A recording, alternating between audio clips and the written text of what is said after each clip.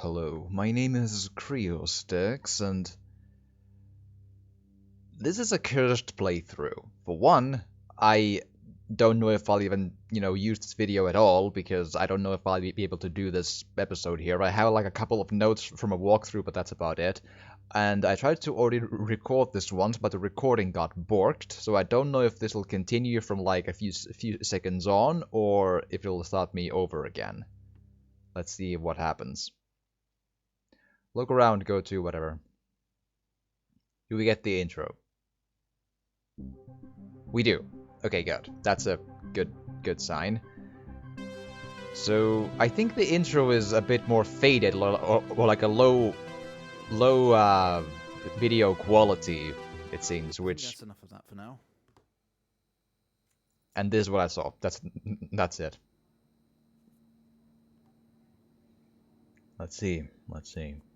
You're quite fond of this show, aren't you?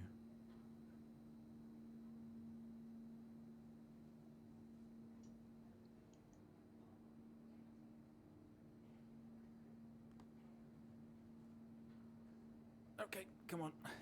Let's get you down to the observation room. Sure. So I can move the cursor or whatever, but I don't move the dude at all, or the camera or whatever. This place must be starting to feel like home to you. I don't know. Don't worry. Try and get you out of here eventually. Under stress. Quit. Help is here. Time to quit. Probably smoking, but yeah. Okay, then. Okay, are we through in the next room? Just relax, and we'll get started in a moment. If you say so. Right, so I'm not exactly, like, I've read a couple of things from a walkthrough, but I can't, like, keep switching off and on from this screen to read a walkthrough, and because... Mr. Asian, now are you ready? Would have a lot of heavy edits on Just that. hit record on the tape deck in front of you when you're ready. There you go. This is subject 12-19-86-23, new session entry. We have myself, Dr. Alexander, leading, and in a room we have our patient, Mr. James Asian. Asian again. As we know, James has recently recovered from a 2-week coma following his accident. In our last 3 sessions, James's attempts to recollect events of the accident seen him merging his memory with his imagination. These episodes have always ended in panic, and we've had to terminate the session abruptly. Let's try and do this one better, James. So when you're ready, let's bring this back. I know how difficult this must be, but you can do this. I don't know I can, but I have a bit of walkthrough with me. It's time to remember. So let's hope, but... Your mind. It's like a conscious black box. And It can show you your memories. Look into it. I'm looking into the orb of light again. I'm pulling it toward me with the mouse, so let's go into the orb of light. Is it gonna show the girl's face again? In your most recent episode, you recalled a false memory of a remote weather station. Right. You were isolated from the rest of the world, locked inside your coma. We interacted with you daily, encouraging you to wake. Your family would do number puzzles with you. Anything really to bring you back. People needed answers, James. Do you remember? I do not. I have another signal here for you, James. It's at 5610 FM. You can't miss it. Okay, and this is the one I just looked up because I if I want to try to do this microfilm thing again, it's the reason I didn't want to do this episode anymore was like it's gonna be just me just reading a walkthrough and going through it. I'm gonna try to at least, interact with the rest of the episode in a more normal way, but this thing, I'm just gonna not. I'm just gonna do what I have to and just get it over with, because this weather station stuff, this is the thing that really sinks this whole thing. It's I I do not want to listen to the radio. I don't want to solve that thing that's coming out of there because I don't want to use that piece of crap microfilm thing. That's like my review of the game is cool idea. Remove the microfilm thing and then you have an interesting good game maybe. But with the microfilm thing, it sinks the whole thing for me. Like boom, that's it.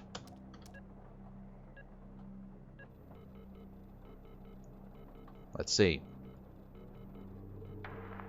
Find the signal, James. Listen to the voices. You have to face it, James. Finally. Okay. So turn that on. FM 7000.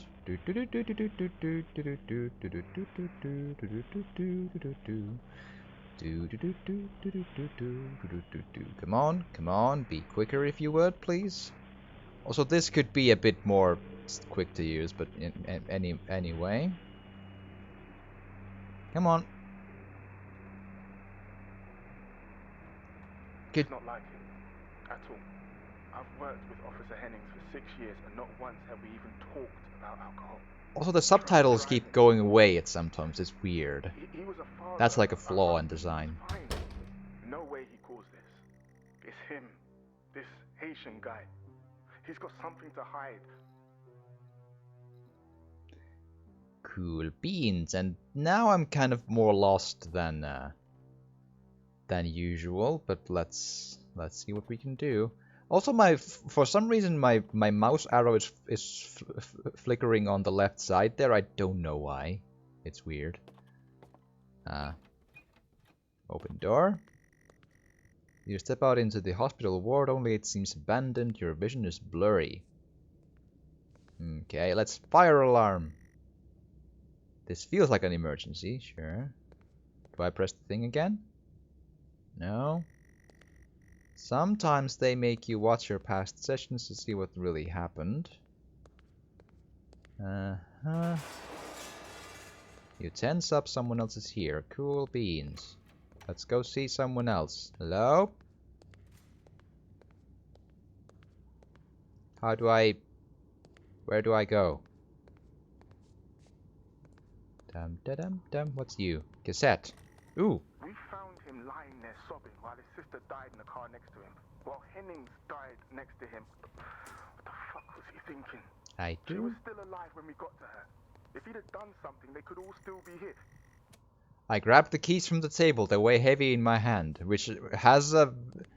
It does remind me of something in the first episode, though, which is clever. I like that, but you've spent most waking moments in here. The only video they have some horror compilation trash. No? An in-joke that is also... I don't want to be mean. It's not. The game is absolutely not trash. It has one very serious thing for me that annoys me so much that I lose all interest in trying to take it seriously. The microfilm thing with the episode 3 was really bad for me, and it just sank the whole thing. You only caught a glimpse of the room. You guess that's why there is something. Sure. Didn't have time to read that.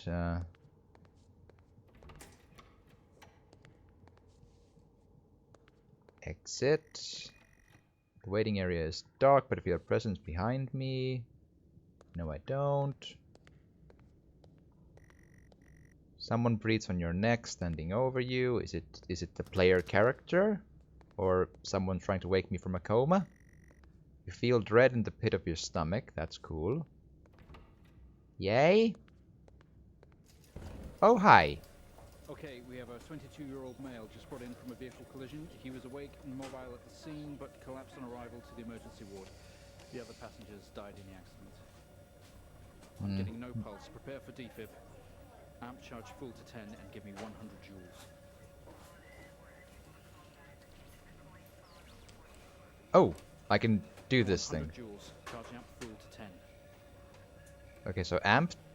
I just... Amp 10. What's 100 joules? Come on.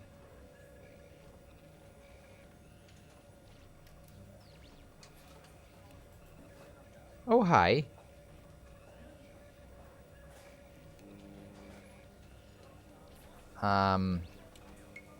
Oh, there you are. Does it need to be at a specific wavelength, or... Come. Come on, 100 joules. Charging up full to 10. It's supposed to work, yes?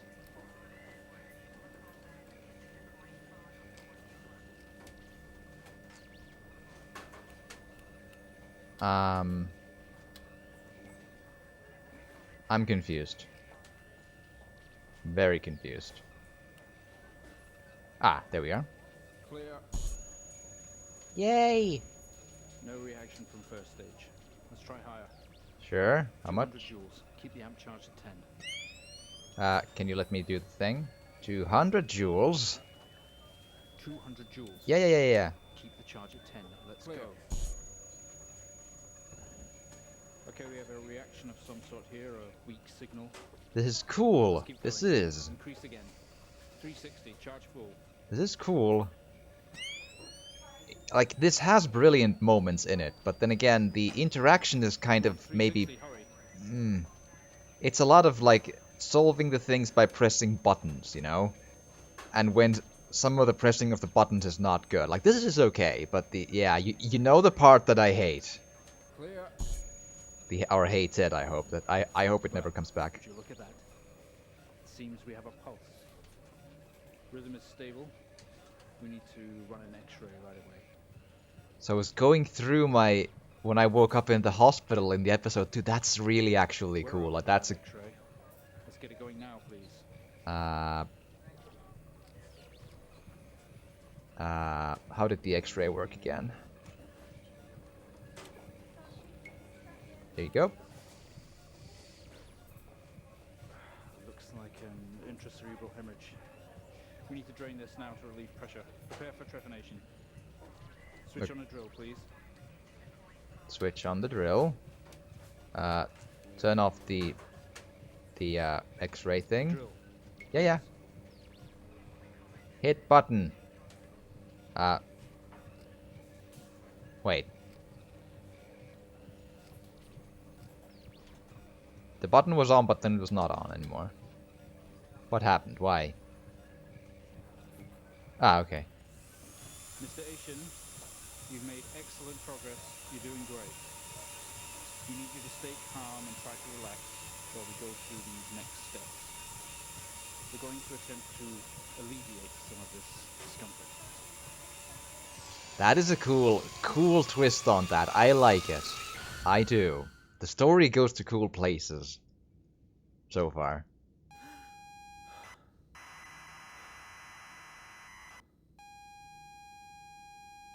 Okay, now we're back in the Commodore 64-esque thing with the Future Road computer or whatever it was.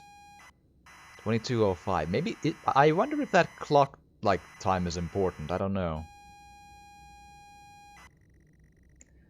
Not only is tonight New Year's Eve, but tomorrow you leave on a 6-month trip abroad with friends. Mom, Dad, and your sister Jennifer have decided to throw a party to celebrate it all.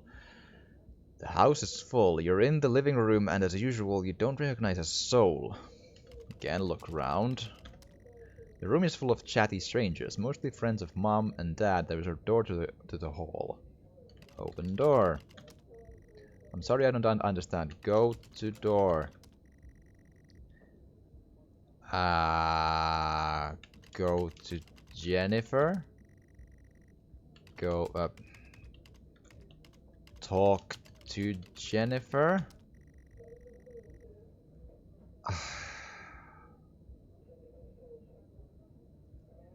Give me a second. Okay, I had to work on, like, I wrote down a number of notes for myself as a walkthrough, from the walkthrough, because, yeah, it's involved, and I feel like I did all I could really do. I really did. So, go to hallway. You push through the crowd into the hallway. The hallway is as welcoming as ever, only this time the folks have put a great big banner up across the main wall. Half-finished drinks are abandoned on almost every horizontal surface. Stairs lead up, although the party is finally downstairs. Go to kitchen. They say all the best parties are in the kitchen. The kitchen is full of people and loud. There are drinks and food on the table, and the party is in full swing. Dad has cooked a hog roast, which sits proudly on the table, although no one is eating it. So go to my sister. You push through, apologizing over and over to get to Yennefer. You hug, you're going to miss each other. You thank her for the party. She asks if you're enjoying the party. Yes. You tell her it's great, even though you don't really know anyone. She tells you to enjoy it anyway, and to loosen up, she asks you to get her a drink. Get drink. You pour Jen a drink, and one for yourself. There's never an awkward silence with Jennifer. She always has a question. She asks if you have everything sorted for the big trip. Yes. You tell her yes, that you have packed everything with plenty of room to spare. Another hug. Your family have really gone out their way to make this trip happen for you. It might be what you need to get some perspective and maybe not fuck up so much. She's going to miss you, you're going to miss her. She walks away. Press enter to continue. Jen has disappeared into the crowd. You're left standing, nodding and smiling at the approving faces. There is so much to do for this move. Can't mess it up, but first, a drink.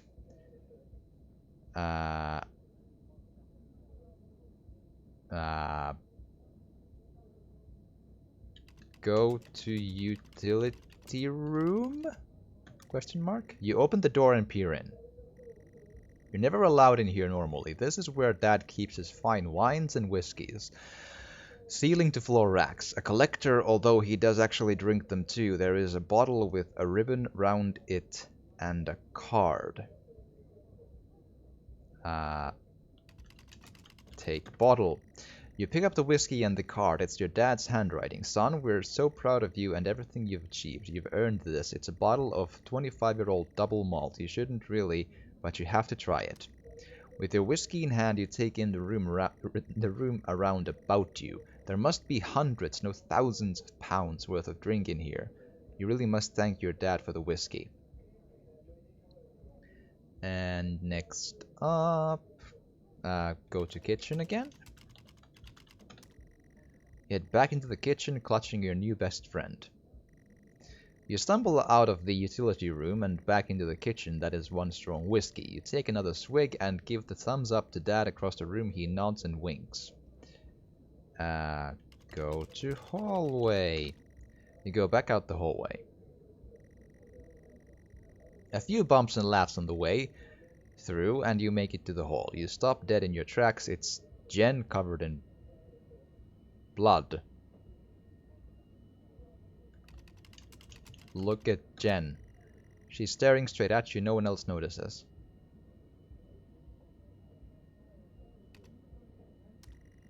Blood is dripping down her face. It's mixing with tears. I'm sorry, I don't understand. I'm sorry, I don't understand. I'm sorry, I don't understand.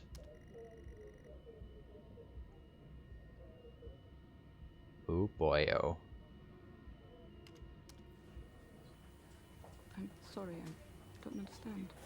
We tried our best, Mrs. Asian, but her injuries were too severe. No, I don't understand. I was just talking to her. I'm afraid Jennifer passed away before we could get to her in surgery. We did the best we could. I'm so sorry. Where is she? Let me see her. Please, Mrs. Asian, take a seat. I don't want to take a seat. Let me talk to her. Now. I'll arrange for you to see her. In the meantime, James is in recovery. He's stable for now. I don't want to see him. Oh, good. Sounds great. You are standing in the hallway. Something has stopped you in your tracks. While searching your mind, your sister interrupts. She waves her hand in front of you and asks if you can drive her home. You still feel out of sorts. Those words echo. Go to living room. You're sure your keys are in the living room? The living room has a much more relaxed atmosphere compared to the kitchen. Various guests are sat on the chairs having civilized conversations. There's a coffee table in the middle of the room. Your mom is pouring a drink at the drinks cabinet. Right. Look around. A coffee table, a drinks cabinet, one of the chairs is overflowing with jackets and coats. Look at coats. You search through all the jackets and coats until you find yours. Aha! Car keys in the pocket. You grab both. Go outside. Keys in hand, you head back into the hall. Jen thanks you for helping her out. She has work in the morning and no one else is in any fit state to drive. You can handle it though. You know the road like the back of your hand, don't you? That sounds bad. So, is it go outside again? You open the front door and walk out into the freezing night. The cold air hits you. You are glad you have your jacket with you. There is a dusting of snow around you as you step down from the porch. The yard extends around the back of the house, and the car sits at the front of the house. Use key.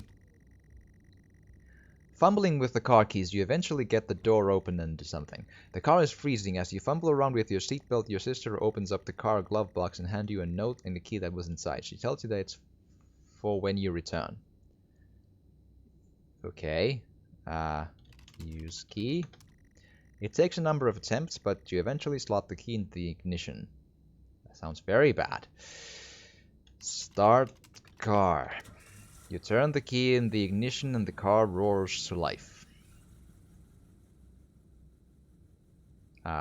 Release brake. You very hesitantly release the handbrake. Drive. You put the car in gear and pull out the driveway like a first-time driver. You really shouldn't be driving. Yeah, it sounds like it. I am driving very drunk on the road towards the town where your sister stays. Jen started dozing off as soon as the journey got going. This shouldn't take long. You come to a junction. Is it left or right? You can't remember. Ask Jen.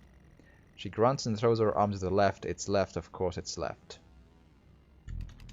Go left. You turn the car left at the junction and accelerate off. Confident that you're on the right road now, you loosen up and put your foot down on the accelerator. You feel powerful as the engine roars at your command. Jen sits up in her chair and clutches your arm. She asks you to slow down. Go slower. That's not what really happened though, is it? You're all over the place, James. Pull over. Jen is hitting your arm and yelling at you. Crazy sister. Strange. There's a set of headlights coming directly at you, but really slow, like slow motion. Brake. You try to react, but your body isn't responding. There's nothing you can do to stop this. There's no way to control it. The lights merge with your car. The outside joins the inside. The whole world around you begins to scream. James! Oh no. It was at this very moment, wasn't it, James? The moment you lost it all. Seems like it. Your sister, your parents, yourself. And then you made it worse. Go on. Show us what you did. You wake up in the car, your world is upside down, your seatbelt struggles against gravity trying to hold you in your seat. An impact into another car has torn a hole in the chassis. A poisonous fume spill into your car from the engines. You're in grave danger, you have to get out of here. And this is where what was in the quote-unquote memories of the alien orb thing. Right. So, remove seatbelt. I'm just reading from my notes here. I don't... That's how I know these. You release yourself from the seat. Gravity takes over as you slump on the roof of the car. Get out of car. You squeeze through the wreckage and fall to your knees on the ground next to your vehicle. Every breath brings pain to your chest. Your head is throbbing. A blue car is smashed into the passenger side of your car. Your life cannot be ruined by this. You are standing holding your whiskey and your dad's note and flashing lights are approaching at the distance. Put whiskey in blue car. That's what it says in the notes.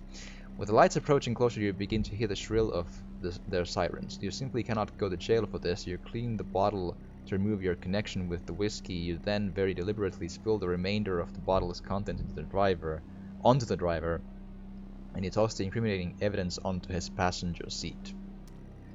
A circle of flashing lights surround you, illuminating the crash site in the darkness. Behind them, an army of people are all staring. One figure steps out, a silhouette, and walks towards you. Go to silhouette. As you approach the man, the pulsating lights around you get dimmer and dimmer while the pain in your head increases. I know you. You fall to the ground. I know you're tearing yourself apart over it, but no matter what you keep telling yourself, you have to listen to me. You keep? Accident. That poor man. Me. You have to remember. Let's remember. It was all your fault. Sure sounds like it. Hi. I know what you did. How you left me there to protect yourself.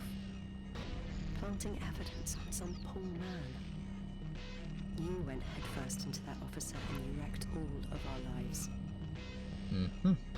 And then you couldn't even take responsibility. You did the right thing for you and no one else. Save yourself. Only it was wrong, wasn't it? Look at you now. Utterly consumed by it. Do I go in this door? Say it, James.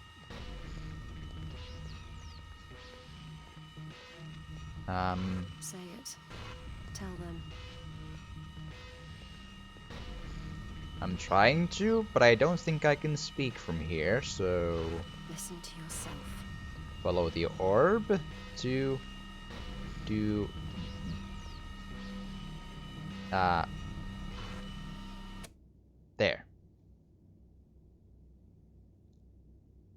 Well, We did I it think good? we've made progress today, Mr. Haitian.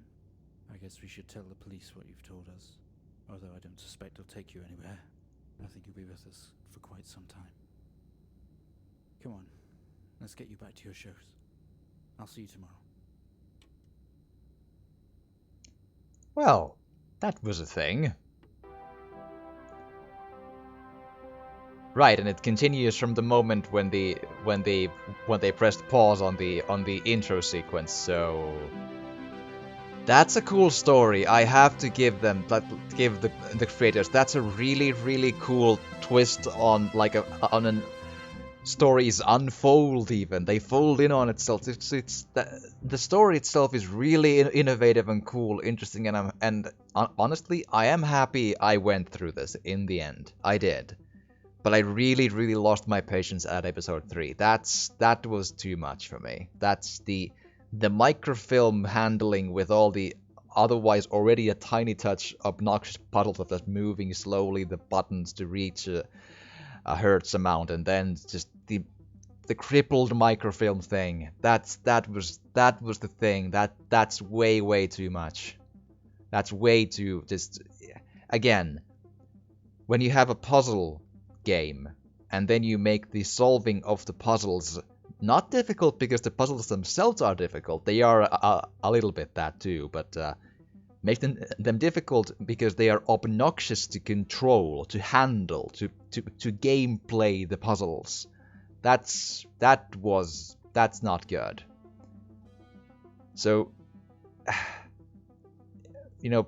just remove that part completely, the microfilm, add like a magazine with like, do this stuff here when you see this and that's it, and then put the whole thing all out just as is. That would have been, at least for me, a lot more enjoyable. I have a mixed feeling. I'm really glad I finished this because the story that's really cool. That's really cool. That's super cool. Super cool. There was just a really terrible time in episode 3, and that sank the entire thing for almost the entire of the thing, but at the end, the story was so cool, it pulled itself back up for me again. I'm not sure. This is hard to give like a full opinion on. But let's put it this way: the episode 1 was cool and pretty interesting. With the exception that I did need to check walkthroughs on I think all of them in the end, so that's that. But then again, I'm bad, that's true. But anyway, episode 1 was interesting, and I kind of liked it. Episode 2 was also interesting and different enough. It was also a case of press buttons to solve a thing, but it was in the end, at least for my mind, just so simple enough that it was fun to do. Again, notwithstanding all the moments I had to check a walkthrough because I didn't realize something, sure, but still. Episode 3, and actually now I'm not sure if I checked a walkthrough in episode 2. Did I? I'm not sure anymore. I think I did 1 and obviously 3 and 4, but now I'm not sure if I did on 2. Not certain. Maybe. I don't know. I'm not sure. Well, you'll tell me, I'm sure. I hope. But yeah, so 1 and 2 were interesting and cool, like different to do. 3 was hot garbage, like really, really, really bad for me. I didn't like it. It's not an the correct opinion, but I really hated episode 3. It was for me really, really bad. Like so bad it was the kind where if I wouldn't have been doing like a let's play of this, I would have stopped it right there in the middle of it and never have come back to it. Not ever. Ever. But I stuck with it with a walkthrough, and I got to see the story to its end, and it was an interesting and different enough story to do that in.